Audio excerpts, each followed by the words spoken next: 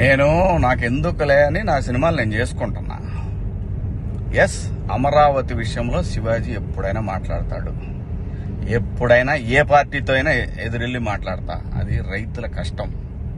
ఆ కష్టాన్ని మీరు మీ ఇష్టం వచ్చినట్టు ఎవరికాళ్ళు వాడేసుకుందామంటే చూస్తా ఊరుకోం. ఏంటి, నేను ఈ సినిమా రిలీజ్ ముందు ఇచ్చిన ఇంటర్వ్యూ మీ అందరికి చాలా ఇబ్బందిగా అనిపించింది కదా. నేను ఎప్పుడైనా మాడతా గురు, ఎవడికి భయపడను. మీలాగా ఆడెవడో ఇచ్చే పేటీఎం డబ్బుల కోసం నా బతుకు నడిస్తే చాలులే అని అనుకుని పోయే రకాన్ని కాదు నేను. అలాగైతే మీ అందరూ తెలుసో లేదో, నేనే ఒక వ్యవస్థను ఏర్పాటు చేయగలిగినోడిని నేను కాదు.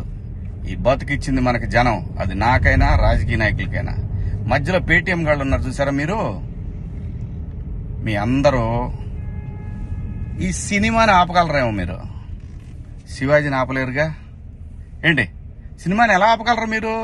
మొత్తానికి ట్వీట్లు వేసి ఇన్స్టాలో మీ ఇష్టం వచ్చినట్టు రెచ్చిపోయి సినిమాకి కొంతమంది ఇక్కడ రెగ్యులర్ గా రివ్యూలు ఇచ్చే వాళ్ళతోటి రాబిచ్చేసి కింద కామెంట్లు పెట్టిచ్చేసి, ఒకడైతే వాడికి ఒక 100K సబ్స్క్రైబర్స్ ఉంటాడు. సినిమా రిలీజ్ కూడా కాల. ఆశ్చర్యపోయాను నేను, ఏంటి ఏదో తేడా కొడుతుంది అనుకున్నా. అయినా నేను కంప్లైంట్ ఇద్దాం అనుకున్నా. అయినా వద్దు పిల్లనాయాళ్ళు బాధపడ్డాను. కానీ రే, పేటీఎం బ్యాచ్ నన్ను తగులుకుందాం అనుకుంటే మీ ఓడికే ప్రమాదం. గుర్తుపెట్టుకోండి, నేను జనం కోసం బతికే మనిషిని, జనం డబ్బుల కోసం బతికే మనిషిని కాదు. వద్దు గురు, నా జోలి వద్దు. జగన్ గారు, నేను మళ్ళీ చెప్తున్నా, నాకు రాజకీయాలు వద్దు. నాకు కావాల్సింది, నేను అమరావతి రైతుల కోసం నిలబడ్డాను, జనం కోసం నిలబడతా. అది ఏ పార్టీ అయినా, అది మీరైనా ఇంకో పార్టీ అయినా ఎవరైనా సరే, ఎదురొస్తే జనానికి ఎదురొస్తే మాత్రం నేను నిలబడతా. కానీ నేను మాట్లాడుకుందా ఇంక నుంచి. నేను డైరెక్ట్ గా అడుగుతా పీఎం గారినే, ఈ దేశంలో సిబిఐ మీద నమ్మకం ఉండాలంటే, సిబిఐ మీద నమ్మకం కుదరాలంటే ఫస్ట్ కేసులను రాజకీయ నాయకులందరినీ కూడా పక్కన పెట్టి, రాజకీయాల నుంచి పక్కన పెట్టి, వాళ్ళు మంచోళ్ళ చెడ్డోళ్ళ అని తేలిన తర్వాత వాళ్ళని పాలిటిక్స్ లో ఉండే విధంగా చేయగలిగితే బాగుంటుందని పీఎం గారిని కూడా అడుగుదాం అనుకున్నా. ఇక నుంచి మిమ్మల్ని రోజు అడుగుతా. ఇక నుంచి మీకు రోజు నా జోలు రావద్దు. నేను నా బతుకు నేను బతుకుతున్నా, నిజాయితీగా బతుకుతున్నా. ఏ రాజకీయ పార్టీ దగ్గర పోయి చేయి జాపలా. మీరంటే భయపడతామా? ఏం చేస్తారు అబ్బాయి? మీ గవర్నమెంట్ ఉన్నప్పుడే ఏం చేయలేకపోయారు. నన్ను ఎందుకు చేయలేకపోయారు తెలుసా? పైన నేచర్ ఒకటి ఉందిరా అబ్బాయి. రప్ప ఇవన్నీ బాగుంటాయి వీడియోల్లోనూ వాటిలో చూసుకోవటానికిను ఎగేసుకొని మనం భుజాన రేపేదో జరుగుద్దని ఊహించుకుంటే. మనందరికంటే ప్రకృతి గొప్పదిరా అబ్బాయి, గుర్తుపెట్టుకోండి. అయినా వ్యవస్థ గురించి ఆలోచించాలి కానీ, ఎవడో ఒకటి డబ్బు సంపాదించుకుందాం జనం మీద అని వాడి కోసం వాడిచ్చే 1000 రూపాయలు, 4000, 10,000, 20,000, 1,00,000, 2 లక్షల రూపాయల కోసం ఎంతమంది భావితరాల భవిష్యత్తు ఆడుకుంటారా మీరంతా? బుద్ధుందంటారా మీకేమన్నా? మనందరం ఏమి లేకుండా ఇంత దూరం వచ్చాం కదా. మాట్లాడుకున్నారా బాయ్? రేపు నుంచి మాట్లాడదాం మీ నాయకుడి గురించి, మీ పేటీఎం బ్యాచ్ గురించి. ఇంకా ఉన్నారు, తీస్తా. ఇప్పుడు దాకా సైలెంట్గా ఉన్నా నేను. మీరు నా బతుకు దాకా వచ్చారు చూసారా, ఒక్కొక్కటి చూద్దాం, మాట్లాడుకున్నారా బాయ్? ఛాలెంజ్ చేస్తున్నా. నీకు ఇప్పటికే 55 ఏళ్ళు వచ్చింది గాడిదికి వచ్చినట్టు. నీకు ఇంకా 45 ఏళ్ల టైం ఇస్తున్నా, అంటే జీవితకాలం ఇస్తున్నా. జగన్ సార్ చిటికెన వేల మీద ఉన్న వెంట్రుకను కూడా నువ్వు పీకలేవని నేను చెప్తున్నా. వైఎస్ఆర్సీపీ వాళ్ళు 11 మంది గెలిచారు. 11 మంది గెలిచినా కూడా 1100 మంది గెలిచినట్టుగా మాట్లాడతారు. వాళ్ళు చెప్పిన దాన్ని బలంగా నమ్ముతారు. ఎవడు సార్ బలంగా నమ్మేది? మెట్లు గడిగేది మీరే, కొవ్వు గెలిపాడు జగన్మోహన్ రెడ్డి అని చెప్పేది మీరే. మళ్ళీ 6 నెలలు తిరగంగానే అసెంబ్లీకి వచ్చి చచ్ ఎవడై చెప్పింది నేను జగన్మోహన్ రెడ్డి గురించి అన్నానా?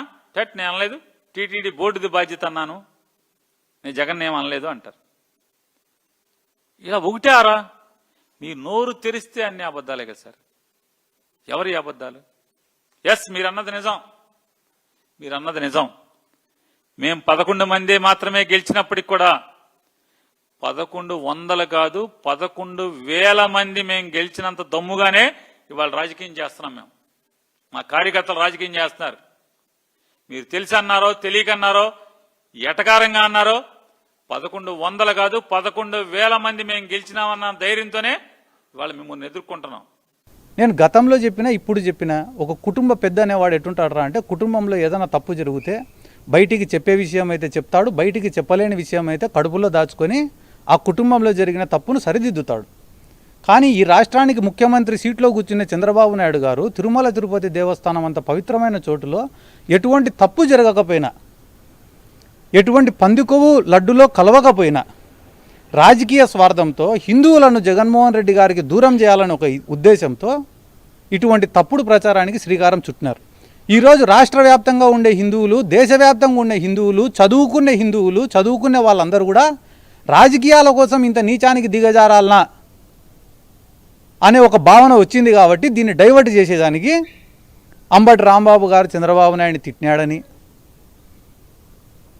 ఇప్పుడు లడ్డు గురించి ఎవరు మాట్లాడుకోవడంలే, అంబటి రాంబాబు ఇట్లా మాట్లాడినాడు అందుకనే దాడి జరిగింది.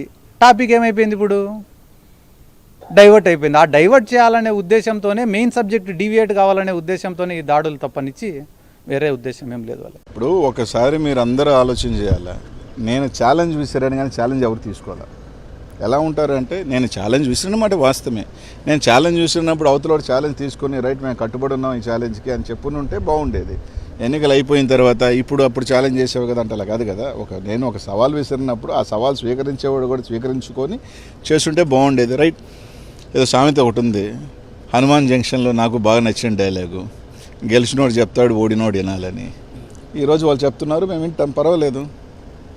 ఈరోజు వాళ్ళు ఏదైనా చెప్తున్నారు, రైట్, వాళ్ళు ట్రోల్ చేసుకునే అబ్బాయి ఇబ్బంది ఏం లేదు. ట్రోల్ చేసుకునే స్థాయిలో మేము ఉన్నాము అంటే మేము ఎదిగినట్టే. We're in public, good publicity or bad publicity is a publicity. నియోజకవర్గాల మార్పులు ఓటమిలో ఎంతవరకు ఫ్యాక్టర్కి పనిచేసింది? ఏమీ ఇప్పుడు పల్నాడులో నాకు 40,000 ఓట్లు ఎమ్మెల్యేల కన్నా ఎక్కువ వచ్చినాయి కదా. అంటే మీ కొరకే కదా, ఓవరాల్ చెప్తున్నా. కాబట్టి అదేం పెద్ద నేను కోరుకోను, ఎందుకంటే ఇంత పెద్ద ఎలక్షన్ దీంట్లో కొన్ని దగ్గరలా చూసుకున్నప్పుడు రకరకాల అనుమానాలు ఉన్నాయి, రకరకాలు ఉన్నాయి. కాబట్టి అదేం పెద్ద ఫ్యాక్టర్ నేను అనుకోను. వేరియస్ రీజన్స్ అన్వేషిస్తూ ఉన్నారు, కొన్ని మాకు తెలుసుకోని కారణాలు, మా నాయకులు కూడా కారణాలు ఎందుకు పోయినాయి, రకరకాల కారణాలని వాళ్ళు అన్వేషిస్తున్నారు, మేము అన్వేషిస్తున్నాం. తప్పకుండా దాన్ని అంతా కూడా ఓవర్ హెడ్ చేసుకొని వాళ్ళు ఇచ్చిన హామీలు కానీ రకరకాలు కానీ ఖచ్చితంగా నిలబడి వాళ్ళు చెప్పిన హామీలు ఉన్నాయి కదా, అవి కూడా ప్రజలకు చేయాలా, చేయకపోతే తప్పకుండా ప్రజాపక్షాన్ని నిలబడతాం. తప్పకుండా ప్రతి ఒక్క కార్యకర్త కూడా జగన్మోహన్ రెడ్డి గారు అండగా ఉంటారు, మేము అందరం కూడా అండగా ఉంటాం. తొందరలోనే దానికి సంబంధించింది కూడా ఇది చేస్తాం.